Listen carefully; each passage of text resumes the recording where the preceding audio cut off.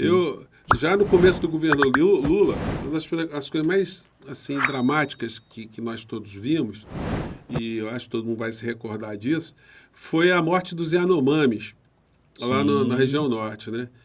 Eu fiquei muito indignado com aquilo, cara, porque é o seguinte, o Silvio Almeida, que era Uhum. ministro dos Direitos Humanos, ele ficou uns 3 dias para descobrir que estava morrendo índio lá. Já estava rodando no Jornal Nacional. A Sônia Guajajara.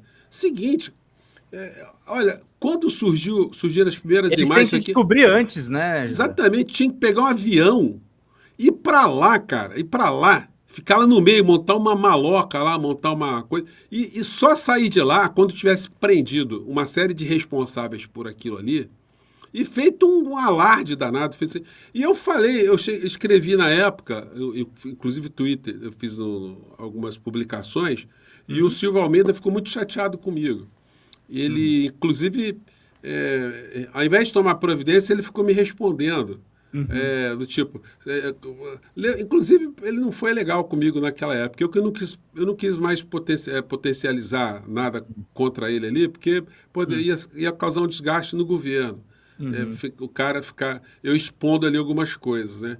Uhum. Mas fato é que ele chegou e fez uma publicação muito desrespeitosa comigo, porque ele escreveu o seguinte: se o professor José estivesse acompanhando o que o Ministério está fazendo, ele Uhum. teria visto na página que tal coisa aconteceu. Só que é o seguinte, a informação que ele tinha dito que estava na página Tá. do Ministério de Direitos Humanos só apareceu algumas horas depois que eu já tinha feito minha publicação, fazendo a cobrança. Ah. Então ele não foi honesto comigo. Uhum. Ele podia ter reconhecido alguma coisa, né? Mas não. Aí ele quis dizer assim que eu era mal informado, Uhum. e ao mesmo tempo mal intencionado, né? Pô, tava criticando o governo que estava fazendo, a pasta Uhum. dele que estava fazendo tudo direitinho, e não estava. Ele tinha que se despencar para lá com a Sônia Guajajara e só Uhum. saírem de lá quando tivesse algum resultado. Ou denúncias muito concretas para botar o Bolsonaro na cadeia, Uhum. e as pessoas que. O presidente da FUNAI, os caras que estavam coordenando a região, botar todo mundo na cadeia, prender todo mundo em flagrante, entendeu? Mas não, é o tal do burocrata. O cara chega no cargo, aí carro preto, o cara abre a porta, né, o cafezinho, avião, e todo mundo, e secretária, e todo mundo. Tem gente que se inebria com esse tipo de coisa. E o governante ele tem que ter habilidade para lidar com isso, para não deixar que essas pessoas se burocratizem na função, que as pessoas fiquem em si mesmadas na função. Isso é muito difícil de você conquistar, né? Você conseguir. Mas tem gestor público que consegue proezas muito interessantes. Sim, sim. É isso que você falou. Tem um problema todo no nosso campo que é isso, né, professor José? E você fala isso sendo um defensor desse governo. Esse governismo também é acrítico, né, cara? Não É, pode criticar nada, né? tem uma coisa incrível, Pedro, que é o seguinte. Uhum. Além de, assim, eu percebo E eu não estou que. falando de ninguém especificamente, Não, parece que não, é um sim, fenômeno meio sim. geral, né? É uma coisa assim, o Michel Foucault, né, ele escreveu um texto, né, ele elaborou muito uma coisa chamada microfísica do poder, Uhum. que é justamente o cara que fica empoderado, o cara que acaba tendo uma distância de uma realidade, ele acaba se viciando ou tendo um comportamento viciado dentro da própria estrutura de poder. Uhum. Então, em todos os governos, se você pegar o Putin, você vai ter auxiliares do Putin ali que também não vão falar tudo que pensam para o Putin, não vão fazer crítica para o Putin, mesma coisa para o Xi Jinping, mesma coisa para o Trump, enfim, todos eles, governadores de estado, prefeitos de grandes capitais, de pequenas cidades, é, CEOs de empresas, muitas vezes as pessoas não querem dar más notícias ou não querem importunar, né? Aliás, tem um livro chamado As 48 Leis do Poder, que tem alguns mandamentos, né, que foram estudar, 48 leis, né, normas, que foram planilhadas por vários pesquisadores, foram dois norte-americanos que coordenaram esse trabalho, pegando personagens da história, desde 4.000 anos antes de Cristo, né, pegando lá desde do Oriente, né, os chineses, enfim, e chegando até os tempos atuais. Então, eles catalogaram 48 comportamentos que fazem pessoas chegarem ao poder ou pessoas perderem o poder. São 48 leis, ou leis que fazem o cara cair ou leis que fazem o cara permanecer no topo. Né? Eles vão lá em Maquiavel, pega todo mundo aí. E uma das regras que eles colocam no livro é a seguinte: nunca seja o mensageiro do mau agouro. Porque é o seguinte, você dá uma notícia ruim para um presidente, você entra na sala dele e dá uma notícia muito ruim. Bom, ele vai tratar aquilo, vai resolver tal, tal, tal. Daqui a 2 semanas você entra na sala do presidente e dá outra notícia ruim. Pô, o presidente vai resolver, não sei. Pô, na 4ª, 5ª vez, o presidente fala assim, porra, já vem esse cara de novo. Já vem...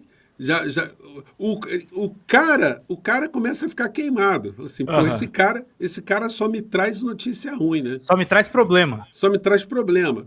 Então, no livro ele fala o seguinte, ele mostra que alguns personagens, quando eles estavam perto do poder, eles não queriam se queimar, o que eles faziam? Eles chegavam e comentavam com alguém do lado, que se apresentava como puxa-saco, alguém queria ficar próximo do poder, né? E aí o cara dizia assim, tipo, tem uma notícia muito ruim para dar para o rei, puta, mas eu tô sem coragem de falar isso com ele, pô, eu não tô conseguindo, eu não tô me sentindo... Aí o puxa-saco, não, deixa que eu falo. Que era exatamente isso que o cara queria. Para quê? Para que o outro ficasse como portador do mau agouro, né? Então é o seguinte, na estrutura de poder acontece muito isso, o cara não quer chegar perto do presidente e discordar, ele não quer ser chato, não quer ser impertinente, até porque muitos têm projetos políticos pessoais e projetos legítimos também, não é projeto ilegítimo. Tem o cara que quer o cara quer ocupar um espaço, o cara disputar uma eleição, e o cara não quer perder a proximidade com o presidente, ou com o governador, ou com o líder. O cara não quer perder esse espaço, o cara quer ficar perto, o cara quer sempre ser visto como alguém positivo, alguém útil, alguém importante, alguém que se pode confiar, enfim. Então o cara não quer criar nenhum tipo de problema, nenhum tipo de aviso, nenhum tipo de impertinência. E tem um outro grupo de pessoas que, quando olha o governante, no caso o presidente da República, fala o seguinte, olha, eu não vou falar nada porque ele sabe o que ele está fazendo. E aí se atribui... A galera do Lula super-homem, né? Exatamente. Aí se atribui ao governante poderes extra-humanos, né? Pô, o presidente tem uma intuição muito grande. Esse troço aqui está dando errado, mas é porque lá na frente vai dar certo. Isso acontecia, inclusive, com o Bolsonaro. Quantas vezes a gente viu o Bolsonaro fazer as coisas as maiores aberrações, e aí a gente observando que aquilo ia dar errado, mas aí o Bolsonaro fala, não, o Bolsonaro sabe o que ele está fazendo, ele está sendo estrategista, ele está jogando xadrez 4D. Aí vinha sempre você via assim, o cara fazendo uma besteira gigantesca, mas a galera dele acreditando que ele tinha um poder. Não é à toa que ele ganhou o apelido de mito. Claro. Mas ele ganhou apelido de mito para as pessoas que ficaram com essa lobotomia, essa lavagem cerebral, de acreditar que um cara tão cretino como ele tinha algum tipo de clarevidência.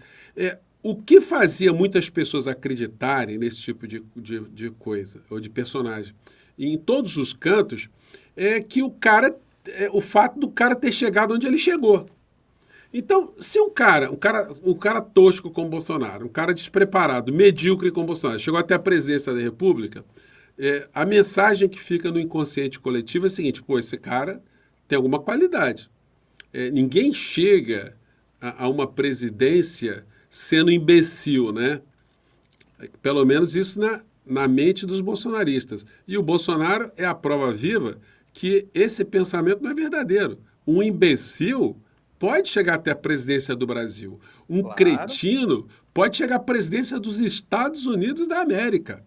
Um criminoso, uma pessoa vil, ela pode chegar até a presidência dos Estados Unidos da América e pode fazer muito mal.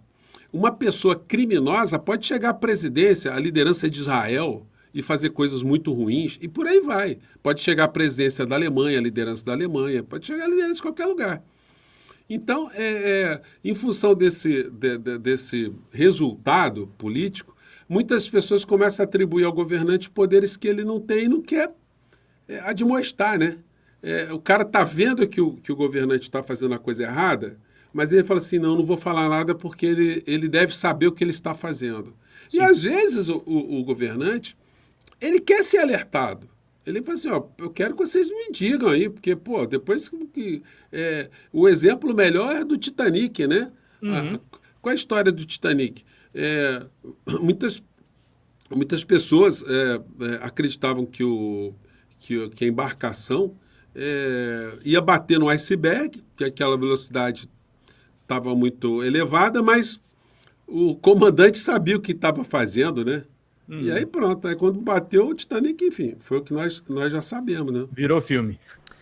Fala galera da Folha TV, não se esquece de se inscrever aqui no nosso canal para assistir programas como Folha Notícias Manhã, Folha Notícias Noite, o nosso Folha Entrevista e o nosso Barzinho das Meninas. Muitas coisas bacanas a gente acompanha por aqui e a gente precisa muito, muito do apoio de vocês para nosso trabalho jornalístico, investigativo, de curadoria de conteúdo, com vocês ajudando no nosso Pix, folhademocrata@gmail.com, ou mandando superchats, valeu demais, e os recursos financeiros, tornando-se membro do nosso canal, no nosso curso de jornalismo básico, para você ficar muito bem informado a respeito de tudo.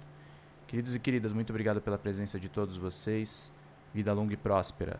Cuidem-se, cuidem dos seus e não esquece de se inscrever aqui na Folha TV. Até mais!